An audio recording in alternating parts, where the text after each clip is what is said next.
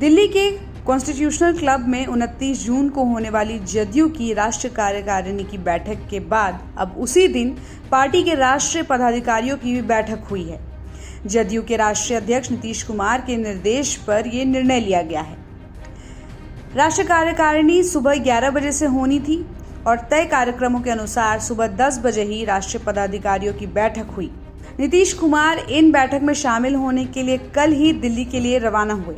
दिल्ली में हो रही जदयू की राष्ट्रीय कार्यकारिणी की बैठक को पार्टी के लोगों द्वारा रूटीन प्रक्रिया बताया जा रहा है, पर पिछले 2-3 बार से नीतीश कुमार की सहमति से कुछ नया होता रहा है। एक बार राष्ट्रीय कार्यकारिणी की बैठक में उन्होंने आरसीपी सिंह को राष्ट्रीय अध्यक्ष बना दिया था। दूसरी बार राजीव रंजन सिंह उर्फ ललन सिंह को राष्ट्रीय अध्यक्ष की कमान सौंपी, तो तीसरी बार ललन सिंह की जगह नीतीश कुमार को पार्टी ने राष्ट्रीय अध्यक्ष की कमान सौंप दी। पिछली बार हुए फैसले की चर्चा राजनीतिक गलियारों में थी कि हर पार्टी के वरिष्ठ पदाधिकारियों ने इससे इनकार किया था। इस बार ये चर्चा है कि नीतीश कुमार किसी को जदयू का राष्ट्रीय कार्यकारी अध्यक्ष की जिम्मेदारी सौंप सकते हैं। हालांकि पार्टी के वरिष्ठ पदाधिकारी इससे इनकार कर रहे हैं और ये कहा जा रहा है कि पिछले साल दिसंबर में पार्टी के राष्ट्रीय कार्यकारिणी की बैठक हुई थी और ये बैठक पहले से तय थी। जदयू की राष्ट्रीय कार्यकारिणी की बैठक में संपन्न हुए आम चुनाव की भी समीक्षा होगी।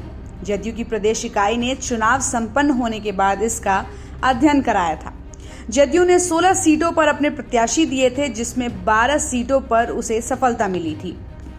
राष्ट्रीय कार्यकारिणी में इन सभी 16 सीटों की रिपोर्ट के आधार पर यह विमर्श होगा कि पार्टी का कोर वोट बैंक किस तरह उनके पक्ष में सक्रिय रहा और इसी तरह घटक दलों से उन्हें किस तरह की मदद मिली। आम चुनाव के बाद अगले साल होने वाले विधानसभा चुनाव को लेकर भी राष्ट्रीय कार्यकारिणी की बैठक में चर्चा होगी। पार्टी के सांसदों को भी इस बाबत टास्क दिया जाएगा। राष्ट्रीय कार्यकारिणी की बैठक में इस विषय पर भी चर्चा होगी कि केंद्रीय मंत्रिमंडल में शामिल जदयू मंत्री किस प्राथमिकता के तहत अपना काम करेंगे। नीतीश कुमार के संबोधन के साथ ही जदयू राष्ट्रीय कार्यकारिणी की बैठक समाप्त हो जाएगी। तो नीतीश कुमार अब बहुत ज्यादा ही एक्टिव मोड में भी दिख रहे हैं और ऐसा माना जा रहा है कि इस बार जो सरकार बनी है 2024 में एनडीए गठबंधन की, उसमें नीतीश कुमार को कहीं ना कहीं किंग मेकर के रूप में देखा जा रहा है।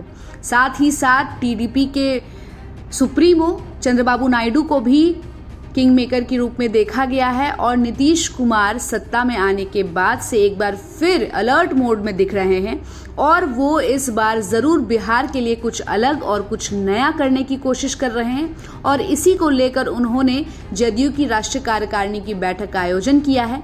तो ये देखना बहुत ही दिलचस्प होगा कि इस बैठक में नीतीश कुमार बिहार के हित में क्या और कितना बड़ा फैसला ले पाते हैं।